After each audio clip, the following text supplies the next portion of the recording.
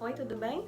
Meu nome é Ariane, eu sou estudante da Estácio, eu estou no meu primeiro período cursando Letras Português e hoje eu vim apresentar para vocês meu PCC de História da Educação. Eles pediram a gente para separar um livro, conseguir com alguma criança ou pegar em alguma biblioteca, um livro sobre história, falar sobre história, né? E eu separei esse livro aqui, ele é da segunda série, ele é do terceiro ano, vou chegar aqui mais perto para vocês verem. Ele é da Buriti, se chama Buriti Plus História. Eu vou fazer a análise dele e vou separando em tópicos para ficar melhor explicado, tá bom? Vamos lá, o tema do trabalho é revisitando a história e projetando perspectivas futuras. Ele é dividido, como eu falei, em tópicos, né? O primeiro tópico que eu vou falar é sobre a característica que evidencia o modelo de formação dos sujeitos e da sociedade.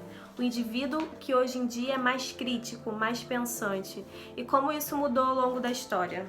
Aqui no livro, na página 16, vou tentar mostrar para vocês, ele fala sobre a mulher e o seu lugar no espaço público. E aqui vem falando sobre como as mulheres eram consideradas inferiores aos homens, como que veio essa transformação, né? Aqui tem uma parte muito interessante que fala do trabalho e da participação política. Eu vou ler para vocês. Atualmente, as mulheres conquistaram espaço no mercado de trabalho. Em 2007, elas representavam 40,8% no mercado formal de trabalho. Em 2006, passaram a ocupar 44% das vagas disponíveis, segundo o IBGE. No entanto, a participação das mulheres na política ainda é pequena.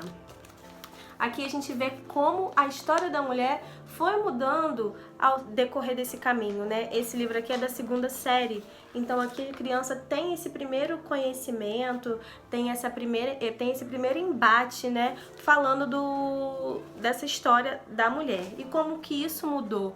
Antigamente as mulheres não tinham espaço, hoje em dia elas têm. Antigamente as mulheres eram desvalorizadas, hoje em dia elas são muito mais valorizadas. Na página 25, ainda dessa mesma unidade, vai falar sobre o trabalho e o lazer nas épocas passadas, né?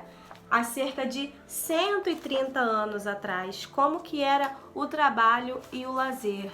A população negra, os escravos, os mais pobres, eles não tinham acesso ao lazer, só o trabalho era o que mais tinha, mas eles não tinham acesso ao lazer como tem hoje, e aqui as crianças podem ver uma realidade que elas não viveram, que talvez não saberiam se não fosse exemplificado aqui na história. Na página 28 ainda dessa mesma unidade, o livro é separado por unidades, né? Aqui fala como as pessoas se divertiam no Rio de Janeiro há mais de 200 anos. Olha que interessante. Vou ler para vocês aqui na página 29, ó. Para viajantes estrangeiros e membros da elite, o Jardim Botânico, um espaço público, era um dos principais locais de lazer da cidade. Lá era possível passear e apreciar as plantas cultivadas. Ricos e pobres podiam ir ao local, mas não socializavam entre si.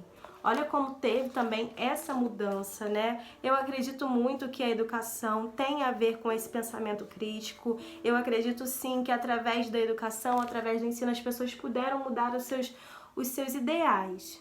Agora eu vou para o próximo tópico. O próximo tópico é exemplos de fatos e situações que se destacam na história da educação no Brasil e no mundo. Eu separei para vocês na página 54. Ele fala sobre o analfabetismo, então as crianças têm o primeiro contato com um dado histórico, né? Em 1871 foi criada a Diretoria Geral de Estatística. Em 1872 foi realizado um censo demográfico para conhecer algumas características da população brasileira. Além do número de habitantes, foi contabilizada a quantidade de analfabetos. A educação naquele período era pouco acessível. Dos quase 10 milhões de habitantes, no Brasil, cerca de 80% eram analfabetos. Aqui também tem uma ilustração. Essa é a parte que mais fala sobre a educação do Brasil aqui nesse livro. Ele não fala muito sobre os jesuítas, eles não falam muito sobre filósofos, sobre pensadores, eles não falam muito. Aqui a única parte que eu achei falando sobre educação em si foi nessa página. O terceiro tópico, eu vou ler para vocês o tema: relações e trocas entre os vários povos e etnias diferentes. A união de um povo, o que eles tinham de troca cultural, o que eles tinham de diálogo. Aqui na página 46 fala sobre a interação entre os colonizadores e os indígenas. Tem também uma ilustração, é interessante, vou estar lendo para vocês também. A maioria das vilas era instalada no litoral, próximo de fontes de água, como rios e nascentes.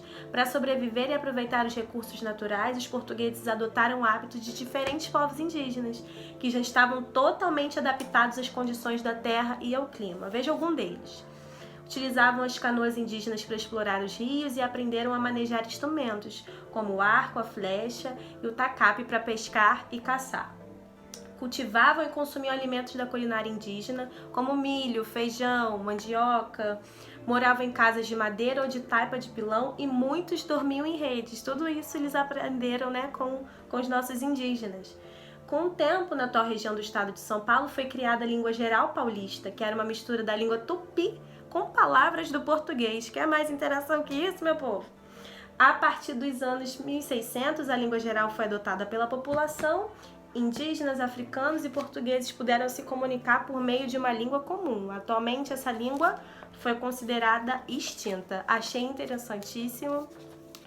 Acho de muito interessante também para as crianças conseguirem entender como é importante, né, através da história, se eles tiveram interação, olha como que eles ganharam com isso, eles podem trazer isso para a vida deles hoje também, a interação com um colega que tem alguma coisa diferente, não é mesmo? Agora eu vou para o último tópico. Nosso último tópico.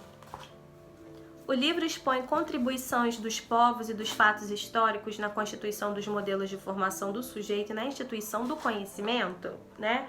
As instituições de conhecimento modificaram o pensado do homem ao longo desses anos? Com certeza.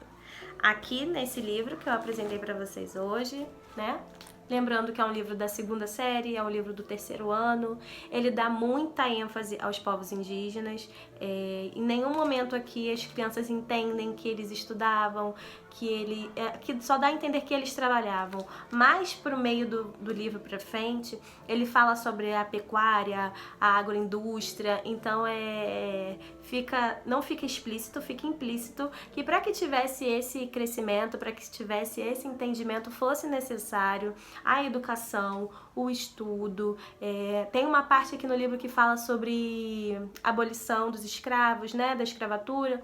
E nessa parte fala que os negros foram livres, em termos, mas que eles não tinham acesso a nada que os outros tinham, não tinham acesso à educação, não tinham acesso à escola, não tinham acesso a trabalhos decentes. Então, com isso, a gente vê como que mudou. Hoje em dia, tecnicamente, todo mundo tem acesso, né, às escolas, a uma educação. Então, eu finalizo o meu trabalho aqui, eu espero que vocês tenham gostado, eu espero que vocês tenham entendido essa análise e qualquer dúvida, é só deixar nos comentários. Um beijo!